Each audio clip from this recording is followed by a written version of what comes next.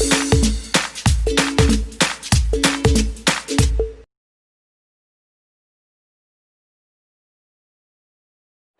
एक चीज़ क्लियर कर देना चाहता हूँ कि आई am not a doctor.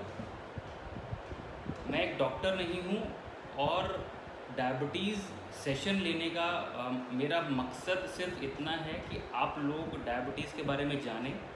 Diabetes number 1 killer बन चुका है इंडिया में, ऑल ओवर द वर्ल्ड बन चुका है हार्ट डिजीज़ के साथ साथ। और कोई बात नहीं कर रहा है, सब कोरोना की बात कर रहे हैं आज की डेट में। ठीक है, कोरोना की दवाई नहीं है, बट कोरोना इतना पावरफुल क्यों हो रहा है? क्योंकि अपनी इम्यूनिटी डाउन है, बॉडी में इस हद तक इन्फ्लेमेशन है, इतना शुगर खाने की वजह से कि बॉडी इतनी इन्फ्लेम्ड है, ऑटो इम्यून डिजीज़ हमको लग रही हैं। इम्यूनिटी डाउन होने की वजह से कोरोना इतना छोटा वायरस हम लोगों को दिक्कत दे रहा है।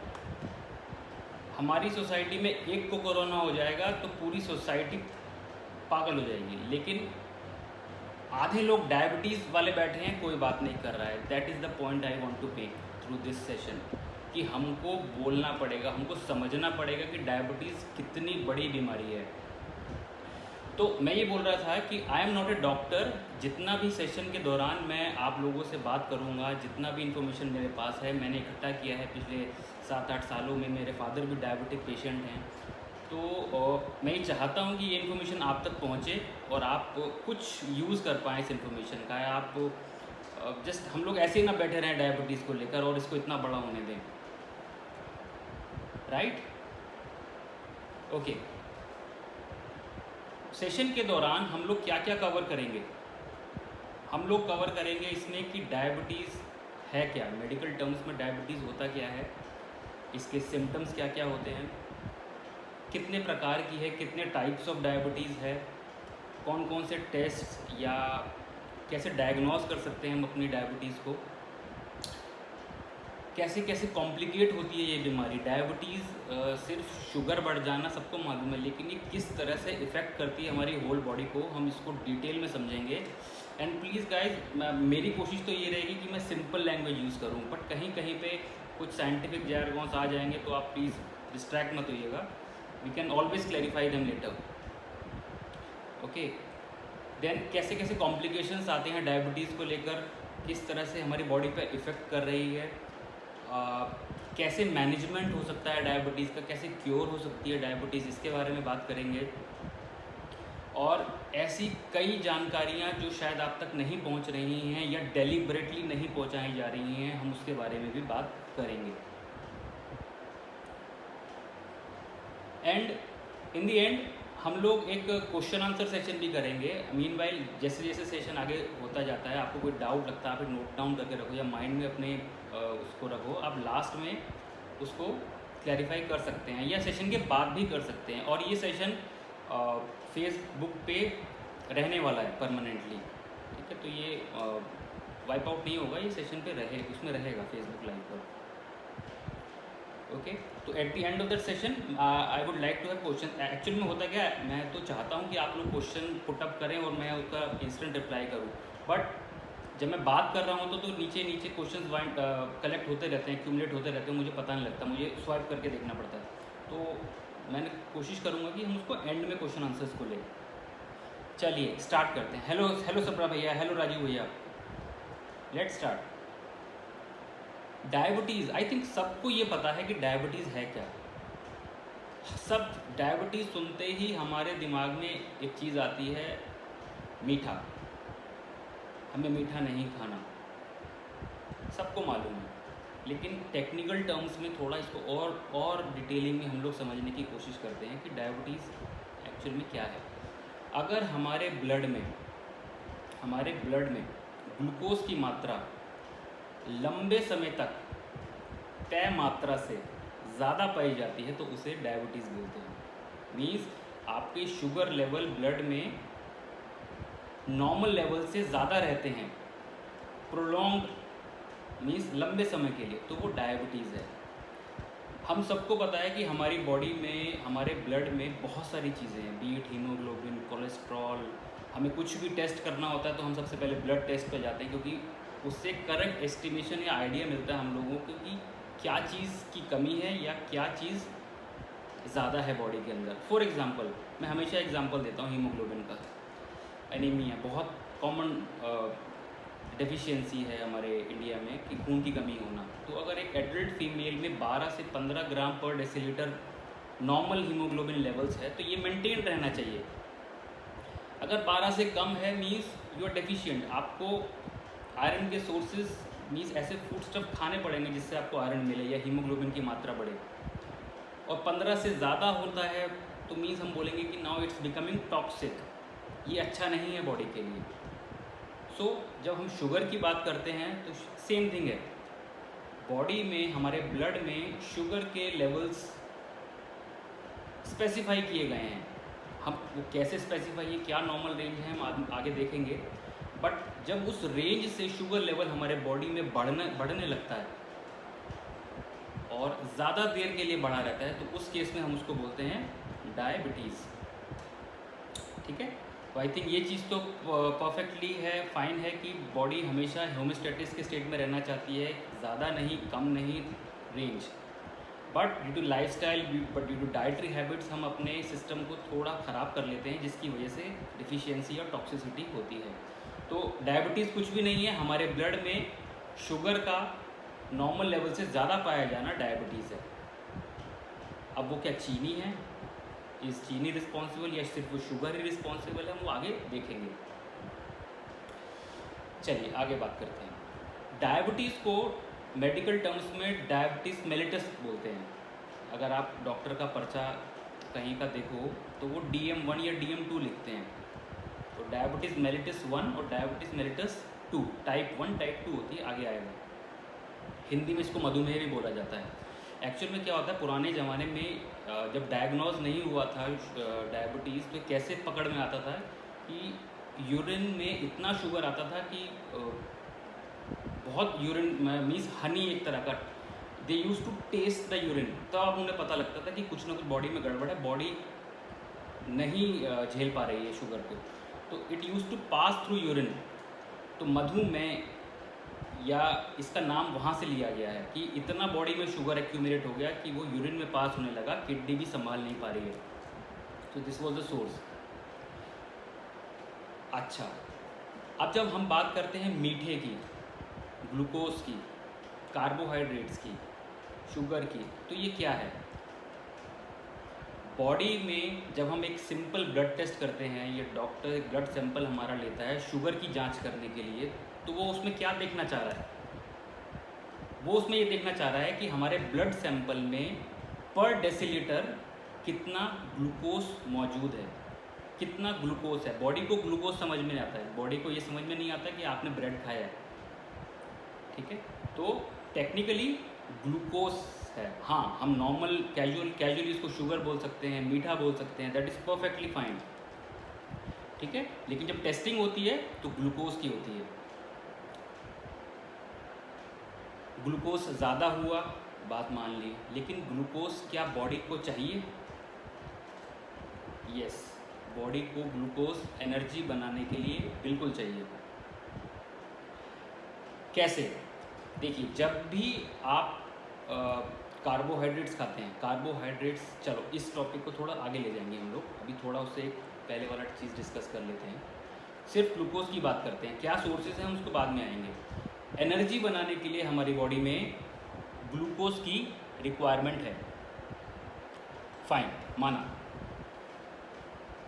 लेकिन एक बड़ा स्टेटमेंट मैं यहाँ देने वाला हूँ, ग्लूकोज की रिक्वायरमेंट है, बट ग्लूकोज की रिक्वायरमेंट डाइट के थ्रू नहीं है। Now this is a big statement for you all. इस पर सोचिएगा, इस पर काम मत करिएगा, इस पर जस्ट सोचिएगा। आप जब जैसे जैसे आगे जाएगा सेशन, दिमाग में आपके थोड़ा बहुत क्लैरिटी इसके लिए बनेगी। बॉडी ग्लूकोज को एनर्जी के लिए यूज़ करती है, लेकिन उसके लिए उसको प्राइस बहुत ज़्यादा चुकाना पड़ता है, राइट? एनर्जी मिल रही है लेकिन उसकी कॉस्ट जो आप बेयर कर रहे हैं वो बहुत ज़्यादा है। तो फिर एनर्जी कहाँ से आएगी? तो वो एनर्जी आती है फैट से और प्रोटीन से। Now again this is a big statement. आप लोग बोलोगे नहीं, रोटी दाल चावल के बिना हमारा काम नहीं चलेगा। मैं बोलता हूँ बिल्कुल चलेगा। हम अभी बहुत प्रिलिमिनरी स्टेज में हैं इस सेशन के, डिटेल में आना है हमको भी आगे। तो एनर्जी सिर्फ ग्लूकोज से बनेगी ऐसा नहीं है। हम इंडियंस की, जो लोग वेजिटेरियंस हैं, जो लोग ग्रेन्स पे जिंदा हैं, अनाज खाते हैं, दाल चावल खाते हैं, फ्रूट्स खाते हैं, उन लोगों के लिए ग्लूकोज बहुत ज़रूरी है डाइट से खाना। क्यों? क्योंकि बॉडी अडेप्ट हो चुकी है ग्लूकोज पे। अदरवाइज़ बहुत बड़ी कॉस्ट बेयर करनी पड़ती है हमको ग्लूकोज से एनर्जी लेने के लिए। अगर हम लोग फैट से एनर्जी ले रहे होते या प्रोटीन से एनर्जी ले रहे होते, that would have been very very good. Stop करेंगे इसको, क्योंकि ये टॉपिक अंतहीन है, बहुत लंबा टॉपिक है। इसमें हम बात करेंगे डायबिटीज़ की। ओके, सो ग्लूकोज से एनर्जी लेना probably the worst source of energy, आप ये लोग समझ लें, राइट? ओके, नाउ मुद्दे की बात मैं इसलिए बोल रहा हूँ क्योंकि इसीलिए हम लोग यहाँ जमा हुए हैं। बॉडी में ग्लूकोज या शुगर या चीनी क्यों इकट्ठा होता चला जाता है, क्यों बढ़ता है? हम डायबिटीज़ को भी अभी नहीं रखेंगे, बीमारी पे भी नहीं आएंगे अभी। क्यों इकट्ठा हो रहा है हमारे ब्लड में शुगर? ऐसा क्या है? हम और किसी चीज़ की बात तो नहीं करते, हम प्रोटीन की क्यों नहीं बात करते कि प्रोटीन इकट्ठा हो गया? हम लोग शुगर की बात ज़रूर करते हैं। क्यों? क्योंकि ये बहुत बड़ी चीज़ है, बहुत बड़ा डिजीज़ बन चुका है आज की डेट में। कैसे आता है हमारी बॉडी में शुगर? कैसे हमारी बॉडी को ग्लूकोज मिलता है? हमारी बॉडी को ग्लूकोज मिलता है जो हम एनर्जी के लिए यूज़ कर रहे हैं, कार्बोहाइड्रेट रिच फूड खाने से। कार्बोहाइड्रेट एक मैक्रोन्यूट्रिएंट है, हम सबको पता है। कार्बोहाइड्रेट किस किस में है? आटे में है, हम जो रोटी खाते हैं, चपाती खाते हैं, दाल में है, चावल में है, फ्रूट्स में है। आप कुछ भी ग्रेन से या एग्रीकल्चर से रिलेटेड कोई भी चीज़ सोच लें, उसके अंदर कार्बोहाइड्रेट्स हैं, इसमें कोई डाउट नहीं है। ठीक है, जब हम उसे खाते हैं कार्बोहाइड्रेट्स को, तो वो उसका ब्रेक डाउन होना स्टार्ट होता है। ठीक है, अब ऐसा नहीं है कि एक खाने के अंदर सिर्फ कार्बोहाइड्रेट भी होगा, उसके अंदर फैट भी होगा, उसके अंदर विटामिन भी होंगे, उसके अंदर मिनरल्स भी होंगे। तो हर एक चीज़ टूटती है बॉडी के अंदर जाकर, जिससे कि अलग अलग चीज़ें एब्जॉर्ब हो जाएं हमारी बॉडी में। हम बात करेंगे सिर्फ ग्लूकोज की। कार्बोहाइड्रेट चीज़ खाई आपने, उसमें ब्रेक डाउन हुआ, उसके अंदर से ग्लूकोज निकला और वो हमारी बॉडी ने यूज़ कर लिया। ठीक है, अब ये चीज़ बड़ी सिंपल लगती है कि खाना खाना हम छोड़ते नहीं, हमें खाना खाना ही है। तो अगर कार्बोहाइड्रेट खाया तो क्या बुरा किया? ब्लेम शुगर पे ही आता है। नॉर्मल अगर लेमैन से पूछो तो शुगर बंद कर दोगे तो डायबिटीज़ ठीक हो जाएगा, ऐसे लोग बोलते हैं। तो मैं आपकी नॉलेज के लिए बता दूं कि अगर आप दिन की 1 चम्मच चीनी कम करते हैं शुगर रिड्यूस करने के लिए या डायबिटीज़ कंट्रोल करने के लिए, तो आपने कोई पहाड़ नहीं तोड़ा। क्यों? क्योंकि एक चपाती में इक्विवेलेंट चीनी 4 चम्मच मौजूद है। ये आपको किसी ने बताया? शायद नहीं। दोबारा बताता हूँ, 1 चम्मच चीनी मेरे पास है और एक चपाती है जिसमें क्लोज मतलब 4 चम्मच इक्विवेलेंट चीनी मौजूद है, लेकिन हमें ये चीनी तो दिखती है, ये चीनी नहीं दिखती। तो जब हम खा जाते हैं या जब हम कंज्यूम कर जाते हैं तो हमें पता ही नहीं लगता कि हम लोगों ने चीनी खाई है। तो कार्बोहाइड्रेट्स टूट कर बॉडी में क्या बनाते हैं? चीनी, जिसे हम ग्लूकोज बोलते हैं, जिसे बॉडी समझती है। अगेन, अगर आपने एक मीडियम साइज एप्पल खाया तो आप क्या समझते हैं आपने कितने कार्बोहाइड्रेट से कितना ग्लूकोज खाया होगा? कार्बोहाइड्रेट्स की बात करेंगे, 13 ग्राम्स, राइट? तो आप समझ लीजिए कि अप्रॉक्स 3 टीस्पून हम लोग उस फ्रूट के थ्रू चीनी खा चुके हैं इनडायरेक्टली और हमें पता नहीं है। तो किसको ब्लेम देंगे हम लोग कि डायबिटीज़ कंट्रोल नहीं हो रही है, नंबर 1 हो चुका है किलर और India is the capital of this diabetes? तो क्यों ना हो, क्योंकि कोई बोलता नहीं है कि आपकी रोटी में ये सब मौजूद है, आपकी दालों में ये सब मौजूद है, आपकी फ्रूट्स में है। भांडा फूटता है सिर्फ उस पर, शुगर पे, जो टेबल शुगर, रिफाइंड शुगर हमारे सामने आती है। हमें लगता है कि सारा जो डिजीज़ है हमें उसकी वजह से हुआ है, लेकिन again that is only the tip of the iceberg. जो पहाड़ नीचे है समुद्र के, उसके बारे में कोई बात नहीं कर रहा है। हम बात कर रहे हैं सिर्फ शुगर के बारे में, जो कि बिल्कुल गलत है। अगेन इंटरेस्टिंग फैक्ट, जितने भी वेजिटेरियन लोग हैं, हम इंडियंस हैं, जो लोग नॉन वेजिटेरियन ओकेजनली खाते हैं या कभी कभी खाते हैं, तो वो लोग कार्ब अडेप्टेड रहते हैं। मीन्स बॉडी एनर्जी के लिए कार्ब्स को बर्न करेगी, तो यानी कि डाइट में आपको कार्बोहाइड्रेट खाना ही खाना है। तो अगर मैं आपको बताऊं कि आपकी डाइट में जो पूरे दिन की डाइट है उसमें 60 to 80% जो कैलोरीज आ रही हैं वो कार्बोहाइड्रेट से आ रही हैं, तो आपको कैसा लगेगा? शायद समझ में भी नहीं आएगा अभी। अब मैं आपको क्वांटिफाई करके बताता हूँ। 5 ग्राम चीनी हमें बहुत कॉन्शियस कर देती है, लेकिन अगर दिन भर की चीनी मैं ऐड करूँ तो 300 to 500 ग्राम्स चीनी हम रोज़ खाते हैं जो हमें पता ही नहीं है। आप समझ रहे हो? इनडायरेक्ट सोर्सेज से जहाँ हमें चीनी नहीं दिख रही थी, हम रोटी भी खा रहे थे, हम ग्रेन्स भी खा रहे थे, पल्सेस खा रहे थे, फ्रूट्स, कुकीज़, एवरीथिंग, इन सब में कार्बोहाइड्रेट्स था, लेकिन हमें दिखा नहीं। तो प्रॉब्लम इज दिस। और ब्लेम किस पे जा रहा है? 1% वाली शुगर पे, जो हम खा ही नहीं रहे हैं, हमें पता है कि इससे दिक्कत होने वाली है, वो खाते ही नहीं है, लेकिन इस पे फोकस करना में थोड़ा भारी पड़ जाता है। और सबसे बड़ी बात, डॉक्टर्स बात नहीं करते इस पे। अगेन आपके लिए क्वेश्चन मार्क, क्यों डॉक्टर्स बात नहीं करते इस पे? जो करते हैं बहुत अच्छी बात है, जो लोग नहीं करते उनके लिए आप भी करो। अगर आप डायबिटिक पेशेंट हो तो आप भी उनसे बात करो। क्या करें, इतना कार्बोहाइड्रेट खाते हैं दिन में, 300 ग्राम 500 ग्राम, क्या करना है अपने को? होने दे बीमार। चलो आगे बढ़ते हैं।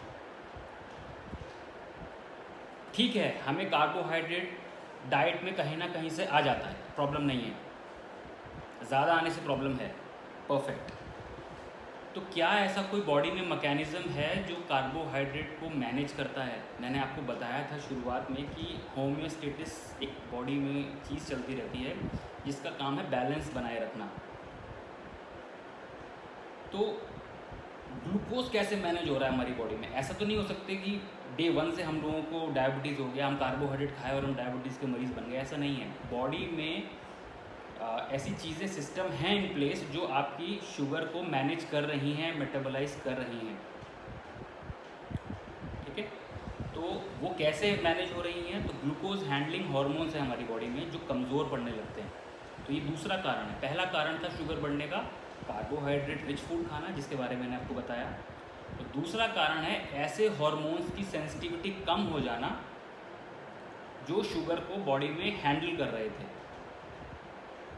ठीक है, हैंडल कैसे करते हैं? तो यहाँ रोल आता है हमारे पैनक्रियाज का और इंसुलिन का। And I am very sure आप सब लोगों ने इंसुलिन का नाम सुना है। पैनक्रियाज इंग्लिश अगर नहीं सुना मैंने, लेकिन इंसुलिन का सबने सुना होगा।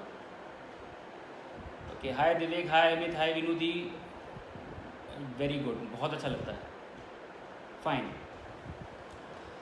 तो अब हमें ये समझना है कि वो मैकेनिज़्म क्या है। देखिए, डायबिटीज़ के अगर हम एकदम से सोल्यूशन पे आ जाएंगे तो हम भी वही गलती करेंगे जो सब गलती कर रहे हैं। हमें रूट पे जाना है कि रूट पे क्या गड़बड़ हो रही है। तो इसीलिए मैं बहुत बेसिक से स्टार्ट किया है। व्हाट वाज ग्लूकोज, ग्लूकोज कहाँ से आया, क्यों ज़्यादा क्वांटिटी में आ गया, उसको हैंडल कैसे कर रहे हैं हम लोग। तो उसको जो बॉडी में हैंडल करने का तरीका है वो इंसुलिन नाम के एक हार्मोन का है। आगे चलते हैं। अच्छा, अब बात करेंगे हम लोग इंसुलिन और पैनक्रियाज क्या क्या हैं, इनका क्या रोल है आगे, मतलब शुगर मेटाबोलाइज करने में, शुगर को हैंडल करने में। बॉडी में बहुत सारे ग्लैंड्स होते हैं। तो पैनक्रियाज भी एक ग्लैंड है, जैसे थायराइड ग्लैंड होता है, तो ऐसे ही बॉडी में पिट्यूटरी ग्लैंड होता है। तो वैसे ही एक पैनक्रियाज नाम का भी बॉडी में ग्लैंड होता है जिसका काम है, वन ऑफ द मतलब एक काम उसका ये है कि ब्लड में इंसुलिन सिक्रीट करना या ब्लड में इंसुलिन को बहा देना। अब वो कैसे बहाता है? जैसे ही हम लोग कुछ कार्बोहाइड्रेट रिच डाइट खाते हैं, जैसे कि कोई शुगरी चीज़, जैसे रोटी में भी मीठा होता है। मैं आपको फॉर एग्जांपल बताऊं, रोटी खाओ या दूध पियो, दूध में भी हल्का सा मीठा होता है। तो ऐसी कोई चीज़ खाते हैं, अगर हम शुगर फ्री भी खाते हैं तो हमारी बॉडी में ग्लूकोज रेज नहीं होता, इंसुलिन रेज होता है। ठीक है, तो अब हमने कुछ कार्बोहाइड्रेट खाया, कुछ ग्लूकोज जिसमें था, प्रेजेंट था, इनडायरेक्टली हमने वो चीज़ खाई, हमारे ब्रेन को सिग्नल जाता है कि अब इतनी क्वांटिटी में शुगर बॉडी में आ चुकी है, अब आपको इसको यूज़ करना है। तो बॉडी कैसे यूज़ करती है? ब्रेन सिग्नल देता है पैनक्रियाज को कि आप ब्लड के अंदर इंसुलिन को छोड़ो। इंसुलिन क्या करेगा, ग्लूकोज के पार्टिकल्स को पकड़ेगा और उन्हें अपनी अपनी जगह भेजेगा। कहाँ भेजेगा? बॉडी के डिफरेंट डिफरेंट सेल्स को, डिफरेंट डिफरेंट टिश्यूज़ को एनर्जी बनाने के लिए या और कामों के लिए कार्बोहाइड्रेट्स की ज़रूरत है। तो ये साइकिल है, आप खा रहे हो, यूटिलाइज करने का सिस्टम मैकेनिज्म बॉडी में है, नो डाउट। अब होता क्या है कि अगर इंसुलिन बॉडी में नहीं आएगा, ब्लड के अंदर काम नहीं करेगा, तो वो ग्लूकोज ब्लड के अंदर ही जमा रहेगा। इंसुलिन ग्लूकोज को पकड़ता है और अलग अलग सेल्स में ले जाके एक तरीके से लॉक को खोलता है और इंसुलिन को सेल में डाल देता है। मान लीजिए ये सेल है, ठीक है। अब ये इंसुलिन ग्लूकोज को लेके आता है, अब ये समझ जाता है कि इसके पास ग्लूकोज आया है, तो ये इंसुलिन की प्रेजेंस में लॉक खोलता है, ग्लूकोज अंदर जाता है और जो भी उसका फंक्शन है अंदर पूरा हो जाता है एनर्जी का। लेकिन जब तक इंसुलिन लेके नहीं आएगा ग्लूकोज को, तब तक सेल्स का लॉक नहीं खुलेगा। तो इसीलिए इम्पोर्टेंट इतना रोल प्ले करता है इंसुलिन। आई थिंक आप सबको क्लियर हो गया कि इंसुलिन क्या, इंसुलिन क्यों यूज़ करते हैं। बॉडी में इंसुलिन नहीं होगा तो शुगर ब्लड में ही बना रहेगा, अपनी अपनी जगह नहीं जाएगा। तो अब 3 मेन चीज़ देख लेते हैं कि ये कहाँ कहाँ भेजता है। सबसे पहली चीज़, शुगर को भेजा जाता है लिवर के अंदर। क्यों? कि मान लीजिए आज तो शुगर एक्सेस में आ गई हमारी बॉडी में, कल को कभी ज़रूरत पड़ने लगे तो लिवर का शुगर हमारे ब्लड में आके यूज़ हो जाए। पहली चीज़, कहाँ शुगर स्टोर हुई? ग्लाइकोजन की फॉर्म में लिवर में। दूसरी जगह कहाँ शुगर जाती है? हमारी मसल्स में। क्यों? क्योंकि हम डिपेंडेंट हैं ग्लूकोज पे, हमें एनर्जी ही उसी से मिलने वाली है। तो सेकेंडरी मसल्स के अंदर हमारा शुगर पहुँच गया, वहाँ से हमें एनर्जी मिलेगी। और तीसरा जो एक्सेस बच गया शुगर, वो एक पाथवे है जिससे हमारा सारा शुगर ग्लूकोज फैट में कन्वर्ट होता है लिवर में जाके और डंप हो जाता है एडिपोज टिश्यूज़ में। मीन्स एक तरह का फैट बन जाता है, चर्बी। I hope this is clear. तो आपको मैंने ये बताया कि ग्लूकोज यूज़ कैसे हो रहा है। अगर लिमिटेड अमाउंट में आ रहा होता तो शायद थोड़ा सा लिवर में जाता और एनर्जी नीड्स पूरा करते, लेकिन जब हम इतना सारा खाएंगे तो फैट में जाके कन्वर्ट होगा। अगेन, अभी भी हम डायबिटीज़ का इतना बड़ा रोल अभी नहीं देख रहे हैं उसके अंदर। अभी हमने ये सिर्फ देख लिया कि इतना चीनी खाने से मोटे भी हो गए। फाइन, चलो आगे बढ़ते हैं। डायबिटीज़ 2 तरह की होती है। अब हम आ रहे हैं डायबिटीज़ के टाइप पर। डायबिटीज़, अब ये भी सबको क्लियर है, मैंने शुरू में ही बताया था DM1 DM2, टाइप 1 डायबिटीज़ और टाइप 2 डायबिटीज़। टाइप 1 डायबिटीज़ होती है insulin dependent diabetes mellitus. Means इस कंडीशन में आपको इंसुलिन बॉडी में इंजेक्ट करना ही पड़ता है। क्यों? क्योंकि बॉडी के अंदर वो हार्मोन का बनना ही बंद हो चुका है, इंसुलिन जिसे हम बोल रहे थे, या पेनक्रियाज के सेल्स मर चुके हैं। किसी भी तरीके से डैमेज पहुंचा है पेनक्रियाज को और वो इंसुलिन नहीं बना पा रहा, और शुगर हमारे सिस्टम में जस की तस बनी हुई है, उसका यूज़ नहीं हो पा रहा। इसलिए हमको इंसुलिन इंजेक्शंस की फॉर्म में, आपने देखा होगा डायबिटिक पेशेंट्स अपने स्टमक में इंजेक्ट करते हैं या थाइज में इंजेक्ट करते हैं इंसुलिन, तो इसीलिए वो हम लोगों को इंजेक्ट करना। तो इस कंडीशन को हम लोग बोलते हैं type 1 diabetes. I hope I am not going too fast. Okay, अब इस केस में हमें इंसुलिन पे डिपेंड होना पड़ता है। दूसरे तरीके का डायबिटीज़ होता है टाइप 2 डायबिटीज़।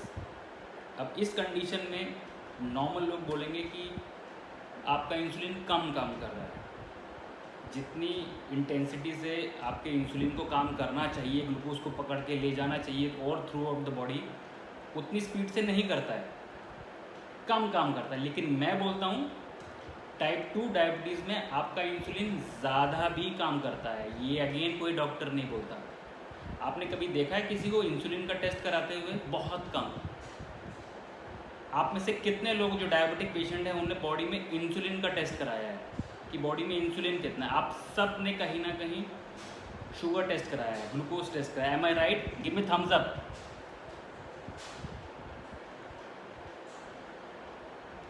पॉइंट। बीमारी क्या है? बीमारी ये है कि शुगर खाया, इंसुलिन बैठ गया, या इंसुलिन कम काम कर रहा है, राइट? लेकिन इंसुलिन का टेस्ट तो होता ही नहीं है। मेरे फादर को पिछले 25-30 सालों से डायबिटीज़ है, मैंने आज तक नहीं देखा उनका इंसुलिन का टेस्ट कभी किया हो, करवाया हो। वाई सो? अगेन अपने डॉक्टर से पूछो। फाइन, जब डायबिटीज़ इंसुलिन के बंद होने से हो रही है तो इंसुलिन का टेस्ट काहे नहीं कराते हो? तो अगेन मैं ही बोल रहा हूँ कि इंसुलिन नॉर्मल रहेगा तब भी टाइप 2 हो सकता है, आपका इंसुलिन हाई रहेगा तब भी टाइप 2 हो सकता है, इंसुलिन लो रहेगा तो होना ही होना है। अब टाइप 2 कैसे हो जाता है मैं आपको समझाता हूँ। मैंने आपको बोला कि हमारे ब्लड में एक नॉर्मल वैल्यूज़ डिफाइंड है, नॉर्मल रेंज डिफाइंड है किसी भी चीज़ का। अगर आप उससे ऊपर जाओगे तो वो पॉइजन है, ट्रू सेंस में वो पॉइजन है।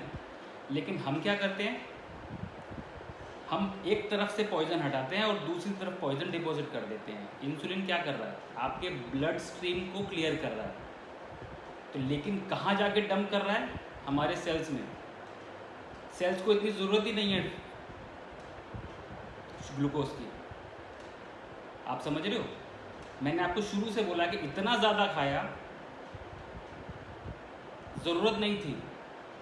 क्यों नहीं थी? क्योंकि वीवर इवोल्यूशन के टाइम से ही हम लोग ग्लूकोज डिपेंडेंट नहीं थे, we were fat adapted, we use to get our energy requirement from fats and proteins, we were hunters and gatherers. आप किसी चीज़ को हंट करते हो तो वहाँ से आपको फैट मिलता है, प्रोटीन मिलता है, कार्बोहाइड्रेट्स नहीं मिलते। साथ में सलाद रख के नहीं खाते थे वो। Am I making a point और नॉट?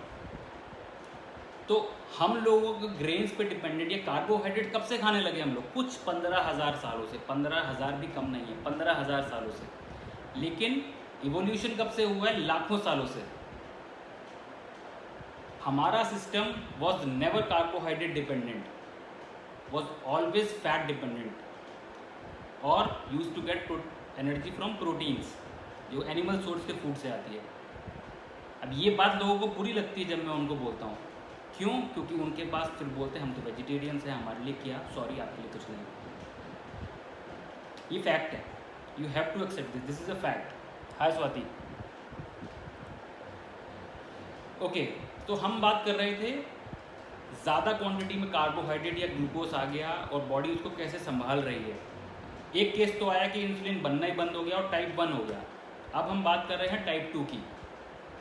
इतनी ज़्यादा क्वांटिटी में कार्बोहाइड्रेट है, इंसुलिन ज़्यादा काम कर रहा है, आप समझ रहे हो, नॉर्मल से भी ज़्यादा सिक्रीट हो रहा है ब्लड में, और वो लगा हुआ है पुश करने में कि ये ब्लड स्ट्रीम खाली हो जाए, ब्लड स्ट्रीम खाली हो जाए, और वो जहाँ सेल्स में ज़रूरत नहीं है वहाँ भी उसे घुसाने की कोशिश करता है हमारा इंसुलिन, क्योंकि उसका एक ही काम है, उसको शुगर को रेगुलेट करना है हमारे बॉडी में। तो जब तक हमें प्रॉपर डिजीज़ नहीं हो जाता, हमें समझ में नहीं आता हम क्या कर रहे थे, या अगर मैं आपको बता रहा हूँ तो अब आप रिलेट कर पाओगे कि ये क्या हो रहा है हमारे साथ। अच्छा काम कर रहा है इंसुलिन, हमें नहीं पता, कम काम कर रहा है नहीं पता, जब बंद कर देगा काम तब हमारी अकल में आएगी, अरे ये क्या हो गया। तो जब इतनी क्वांटिटीज़ में शुगर जा रही है ऊपर सेल्स के अंदर, तो सेल्स बोलते हैं भैया हमें इतना शुगर नहीं चाहिए, आप समझ रहे हो। तो शुगर जो सेल्स भी हैं वो भी टॉक्सिक होने लगे हैं। अरे आप एक चीज़ में अगर ज़्यादा क्वांटिटी में कोई चीज़ जहर भेज रहे हो और वही जहर दूसरी जगह जा रहा है तो वो उस सेल के लिए भी जहर है। अब cells try to play smart, वो क्या करते हैं, वो कहते हैं कि ओके इंसुलिन के साथ ग्लूकोज आया, लेकिन सेल्स बोलते हैं कि we won't allow you to get in, हम लोग आपको अलाउ नहीं करेंगे। क्यों? क्योंकि हम भी खराब हो जाएंगे। आप ब्लड को प्योर कर दोगे, ब्लड को साफ कर दोगे ग्लूकोज से, लेकिन हमारा क्या, हम डैमेज हो जाएंगे। तो बॉडी के सेल्स में एक तरह का रेजिस्टेंस पैदा होने लगता है जिसे हम इंसुलिन रेजिस्टेंस बोलते हैं।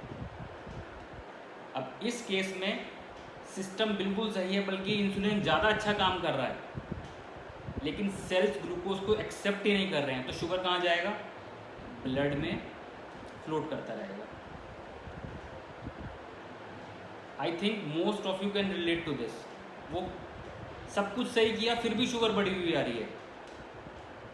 वो सिर्फ इसलिए क्योंकि हमारे सेल्स ने एक रेजिस्टेंस बना दिया है कि नहीं बॉस, आप गलत कर रहे होगे लेकिन हम गलत होने नहीं देंगे। तो बॉडी इतनी स्मार्टली बिहेव करती है। फाइन, तो इस कंडीशन को हमको बोलते हैं टाइप 2 डायबिटीज़। सिस्टम ठीक है, नॉर्मल इंसुलिन है, कम इंसुलिन है, तब तो होना ही होना है, और हाई इंसुलिन भी हो सकता है टाइप 2 डायबिटीज़ में। तो प्रॉब्लम इज़ हाइपर इंसुलिनीमिया है, हमारी बॉडी में इंसुलिन बेतहाशा काम कर रहा है क्योंकि उस पर आप इतना काम दे रहे हो। हर 1 घंटे में 2 घंटे में हमें भूख लगती है। क्यों? क्योंकि आपने कुछ खाया, ग्लूकोज बना, लेकिन वो ग्लूकोज सेल्स तक नहीं पहुंचा क्योंकि यहाँ रेजिस्टेंस था। आपकी एनर्जी आपके ब्लड में ही रह गई, जहाँ जाना चाहिए था, जहाँ मेटाबोलाइज होना चाहिए था, वहाँ नहीं हुआ, इसलिए बार बार भूख लगती है। लेकिन इसी तरफ इंसुलिन का दूसरा काम ये भी था फैट बनाने का, तो आपका फैट बनना कंटिन्यूसली चालू रहता है। खा भी कम रहे हैं या ज़्यादा भी खा रहे हैं, भूख भी शांत नहीं हो रही है, मोटे भी हो रहे हैं, तो आई थिंक अभी आपको लिंक क्लियर हो रहे होंगे धीरे धीरे। तो 2 टाइप की डायबिटीज़ हो गई, एक इंसुलिन डिपेंडेंट और एक नॉन इंसुलिन डिपेंडेंट, जिसमें आपको इंसुलिन पर डिपेंड होने की ज़रूरत नहीं है। बॉडी में इंसुलिन काम कर रहा है, चाहे कम कर रहा है, चाहे नॉर्मल कर रहा है, चाहे ज़्यादा कर रहा है। Okay, now moving on to our symptoms. अब डायबिटीज़ के सिम्टम्स क्या क्या होते हैं? भले टाइप 1 हो या टाइप 2 हो, अगेन आपको मतलब अगर आपको ऐसा लगता है कि आपको डायबिटीज़ के सिम्टम है तो आपको तो डॉक्टर को मिलना ही चाहिए, आपको उसकी गाइडलाइंस फॉलो करनी ही चाहिए। ये जस्ट अगेन अवेयरनेस सेशन है। ऐसा ना हो कि एक चीज़ आपको लगे सिम्टम है तो आपको जस्ट लगने लगे कि आपको शुगर है या डायबिटीज़ है, ऐसा नहीं है। आप कंसल्ट करो डॉक्टर से, मैं आगे आपको और इन्फॉर्मेशन देने वाला हूँ जो आपको बहुत हेल्प करेगा। तो कुछ सिम्टम्स मैं आपके लिए बता रहा हूँ जो अनकंट्रोल्ड डायबिटीज़ में आते हैं। पहला है फ्रीक्वेंट यूरिनेशन। फ्रीक्वेंट यूरिनेशन क्यों? आप बार बार टॉयलेट का क्यों लगता है? क्यों? क्योंकि बॉडी में इतना शुगर है, किडनी भी अपना काम करने की कोशिश करती है कि अरे इतना सब कुछ आ रहा है शुगर, इसको बाहर निकालो, यूरिन के थ्रू बाहर निकालो। तो बार बार आपको लगता है कि आपको यूरिन आ रहा है, because sugar wants to get free, sugar निकलना चाहती है। तो इसीलिए मैंने आपको सेशन की शुरुआत में बताया था कि मधुमेह क्या है, यूरिन में से मीठा बाहर आना। तो डायबिटिक पेशेंट्स के साथ ऐसा होता है जिनकी अनकंट्रोल होती है, वो शुगर बाहर आती है यूरिन के थ्रू। एक्सेसिव भूख लगना, लॉजिक मैं आपको क्लियर कर चुका हूँ। ग्लूकोज ले जाने के लिए इंसुलिन काम कम कर रहा है या नहीं कर रहा है। अब जब सेल्स भूखे हैं और खाना बाहर पड़ा है और खाना सेल्स के अंदर जा नहीं रहा, बार बार भूख लगेगी, ठीक है। बहुत प्यास लगती है, वीकनेस रहती है बॉडी के अंदर, आप बहुत आसानी से थक जाते हो, वेट लॉस होता है, गिडनेस फील होता है, विजन आपकी ब्लर पड़ने लगती है, मसल पेन हो सकते हैं, क्रैम्प्स आ सकते हैं, और टिंगलिंग सेंसेशन हो सकती है हमारे ऑर्गन्स में, हमारे हाथों पैरों में, मतलब जैसे कोई सुई चुभ रहा हो या नमनेस आ जाती है। तो अगेन मैं आपकी दोबारा लिस्ट पढ़ देता हूँ। Frequent urination, excessive hunger, excessive thirst, weakness, fatigability, weight loss, giddiness, blurring of vision, muscle pain, cramps, tingling and pricking sensation. तो ये कुछ सिम्टम्स हैं, सिम्टम्स बता रहा हूँ मैं अनकंट्रोल्ड डायबिटीज़ के, ठीक है। तो जिनको टाइप 2 हो भी चुका है, शायद उन्हें ये पता भी नहीं लगेगा, ये उनकी तरफ ध्यान भी नहीं जाएगा इस चीज़ का कि उनको बॉडी में इंसुलिन कम क्या ज़्यादा काम कर रहा है, और उन्हें पता भी नहीं लग रहा है कि डैमेज तो हो चुका। जब टाइप 2 चल रहा होता है तो डैमेज एक्चुअल में हो चुका होता है, लेकिन हमें पता चलता है टाइप 1 में, जब इंसुलिन काम बंद करना बंद कर देता है, और then will go for fire fighting कि नहीं अब तो इसे किसी भी तरीके से हराना है। ओके, आगे चलते हैं। डायग्नोसिस ऑफ डायबिटीज़ मीन्स अपने लेवल पे थोड़ा सा अवेयर करने की कोशिश कर रहा हूँ कि आप डायबिटीज़ को कैसे जज करें या कैसे ट्रैक रखें कि हमारा ब्लड ग्लूकोज या हमारा अपना खुद का कैसा कंट्रोल है डायबिटीज़ पे, राइट। सो आई थिंक हमने sugar testing kit I think सबने देखी, जिसे हम ग्लूकोमीटर भी बोलते हैं, जिससे वो एक प्रिक करते हैं अपने फिंगर में, एक ड्रॉप आता है ब्लड का, फिर हम उस मशीन पे उसको एक ड्रॉप का लगाते हैं, फिर हमें रीडिंग्स आती हैं। बहुत सिंपल प्रोसेस है, आप घर में भी उस ग्लूकोमीटर को यूज़ कर सकते हैं। अगेन मैं ये भी बोलता हूँ कि जिस तरीके से अब हम लोग थर्मामीटर्स यूज़ कर रहे हैं अपने घर में, हर घर में थर्मामीटर है, तो जिस तरह के हालात हम लोगों के चल रहे हैं, कार्बोहाइड्रेट, मैदा, इतना हम लोगों को खिलाया जा रहा है, हर घर में ग्लूकोमीटर आने वाला है। जस्ट लाइक बीपी की मशीन भी आने वाली है। क्यों? क्योंकि सब लिंक्ड हैं आपस में। तो जैसे थर्मोमीटर था घर में, सबके यहाँ ग्लूकोमीटर और बीपी की मशीन, वेट मशीन, ये सब घर में मौजूद होने वाली हैं। तो हम बात कर रहे थे कि कैसे टेस्टिंग करनी है। तो एक तो होता है रैंडम ब्लड ग्लूकोज टेस्ट, कि आप मन में आया कभी कि चलो आज ब्लड टेस्ट करते हैं, ग्लूकोज का टेस्ट करते हैं, आपने फिंगर प्रिक करी, उस स्ट्रिप पे लगाया और रीडिंग देख ली। अब कई लोग तो उस रीडिंग को देख के ही डर जाते हैं कि अरे 150 आ गया, अब क्या करना है, डायबिटीज़ हो गया क्या, दिमाग में क्वेश्चन मार्क आ गया। जो अभी आगे आने वाले आपको और मैं मेथड्स बता रहा हूँ डायग्नोसिस के, टेस्ट के, तो आप उस पर ध्यान देना। उससे नहीं डरना है, जो रैंडम वाली फिगर है उससे नहीं डरना है, कि कई लोग उसी को डायबिटीज़ मान लेते हैं और अपने अंदर क्वेश्चंस आने लगते हैं कि उनको डायबिटीज़ हो गया या नहीं हो गया। तो रैंडम मीन्स कभी भी आपने दिन में आपका जब मन करा आपने वो टेस्ट कर लिया और आपका शुगर कम आया है, ज़्यादा आया, कुछ भी आया, लेकिन that is not a correct estimate. Okay, second is fasting blood glucose. Fasting means आपने 8 घंटे का फास्ट रखा, मीन्स आप 8 घंटे या तो पूरी रात आप सोए, सुबह उठ के आप टेस्ट कराने चले गए या खुद ही अपना ब्लड टेस्ट कर लिया, इसे बोलते हैं फास्टिंग ब्लड ग्लूकोज। तो ऐसा माना जाता है कि 8 घंटे के फास्ट के बाद नॉर्मली हमारे ब्लड ग्लूकोज नॉर्मल लेवल्स में आ जाते हैं, राइट। अब वो नॉर्मल लेवल हैं क्या? अगर आपकी ब्लड जो रीडिंग है वो 70 to 100 मिलीग्राम पर डेसीलीटर आती है, तो देन इट्स नॉर्मल रेंज, वो नॉर्मल रेंज है। 70 से 100 के बीच में रीडिंग आ रही है तो means you are perfectly fine, आपको डायबिटीज़ नहीं है, फाइन। अगर वही फास्टिंग स्टेट जो मॉर्निंग वाली रीडिंग है, बिना कुछ खाए पिए वाली टेस्टिंग जिसे हम बोलते हैं, खाली पेट वाली टेस्टिंग, वही रीडिंग आपकी 100 से 126 के बीच में आती है, then there is a problem. अब प्रॉब्लम ये है कि 8 घंटे के फास्ट के बाद भी आपकी शुगर नॉर्मल लेवल्स के अंदर नहीं है, उससे ज़्यादा है। 100 और 126 के बीच में अगर वो है तो देयर इज़ अ प्रॉब्लम। इसको हम प्री डायबिटिक भी बोलते हैं, प्री डायबिटिक कैटेगरी में हम लोग, तो that is again not a very good thing, बल्कि I must say that is a very bad thing. Okay, अब तीसरा, वही रीडिंग आपकी 126 से ऊपर आती है, 126 के ऊपर आती है fasting blood glucose, then means you are a diabetic, आपको डायबिटीज़ है।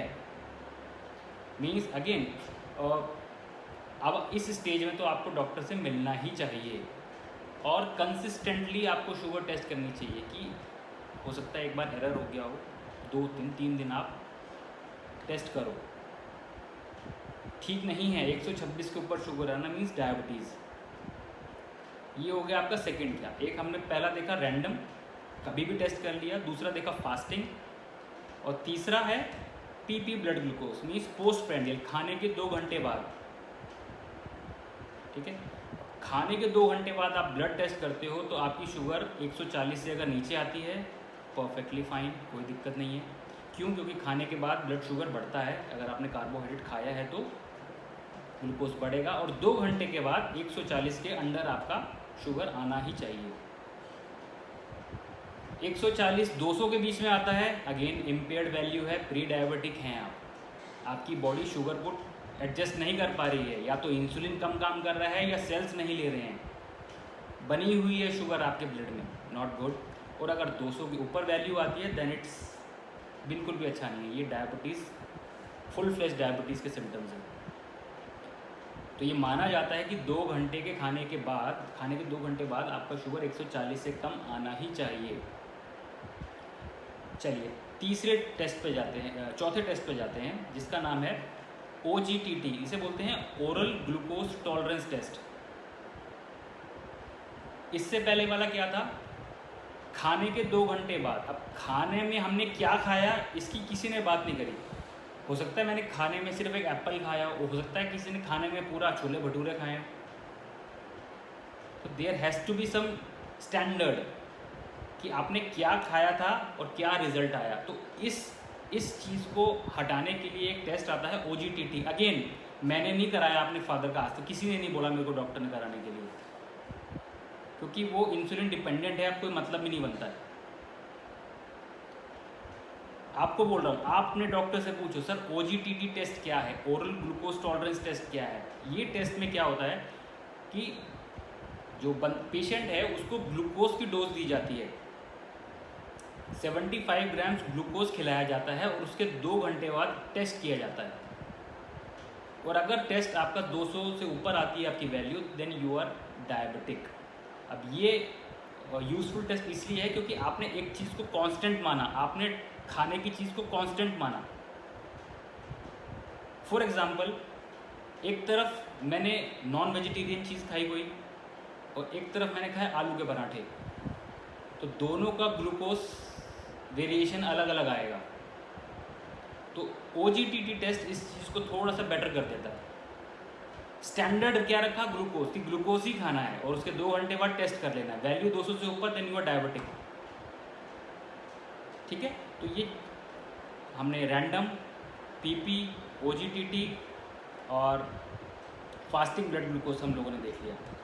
अब हम आ रहे हैं जो आज के डायग्नोसिस का गोल्ड स्टैंडर्ड कह सकते हैं हम इसको, कि means by far the best method. अब वो उस टेस्ट का नाम क्या है? उस टेस्ट का नाम है HbA1c टेस्ट। A1c टेस्ट ही बोलते हैं, ग्लाइसेटेड हीमोग्लोबिन भी बोलते हैं। अब ये टेस्ट आपके लिए यूज़फुल क्यों है या मेरे लिए यूज़फुल क्यों है? क्योंकि जब मैं इस टेस्ट को करवाता हूँ, मेरा ब्लड सैंपल लिया जाता है और रिपोर्ट आती है, तो जो वैल्यू आती है वो परसेंटेज में आती है और वो हमें ये बताती है कि मेरा sugar control on an average कितना रहा 3 महीने में।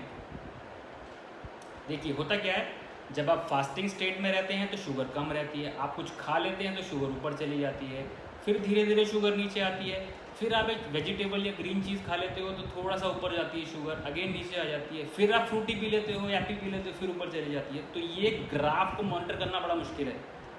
तो HbA1c टेस्ट क्या करता है, आपको एक एवरेज बता देता है कि ये एवरेज आपका मेंटेन रहा है थ्रू आउट 3 मंथ्स। इसकी एक इंटरेस्टिंग चीज़ है, मैं आपको अभी बताऊंगा इसके बाद। ओके परक, I will answer your questions eight the end of the session. Please आप उसमें पूछना क्योंकि अभी बहुत मुश्किल हो जाएगा इसमें। हाय मिलन, हाय पूजा दी। ओके सो HbA1c की वैल्यूज़ को डिस्कस कर लेते हैं। अगेन मैं आपको बता रहा हूँ ये गोल्ड स्टैंडर्ड कह सकते हैं, मीन्स हम लोगों के लिए इस पे जाना ज़्यादा बेटर है इस टेस्ट के लिए। क्यों? क्योंकि एवरेज बताएगा। पता लगा आपने कुछ ऐसा खाया था जिसमें हाई कार्ब्स थे, शुगर थी और आपने टेस्ट उस समय कर लिया तो आपकी शुगर ज़्यादा आएगी। और फिर दूसरे पॉइंट पे किया जब आप फास्टिंग स्टेट में थे तो उस टाइम शुगर अलग आएगी और आप सोचोगे अरे ऐसा क्यों हो रहा है, अप डाउन क्यों हो रहा है। तो उस चीज़ से बचने के लिए एक एवरेज टेस्ट आया HbA1c, ग्लाइसेटेड हीमोग्लोबिन। तो उसमें वैल्यूज़ परसेंटेज में आती हैं। फॉर एग्जांपल अगर आपकी वैल्यू 5.7 से लेस आती है तो then you are in normal category. अगर हम डायबिटीज़ की बात कर रहे हैं तो then you lie in the normal category. 5.7 से 6.4 के बीच में आता है तो then you are pre diabetic. हम PP वाले में भी देख चुके हैं, OGTT में भी देख चुके हैं। और अगर वही वैल्यू आपके 6.5 से ऊपर आती है तो then you are a diabetic.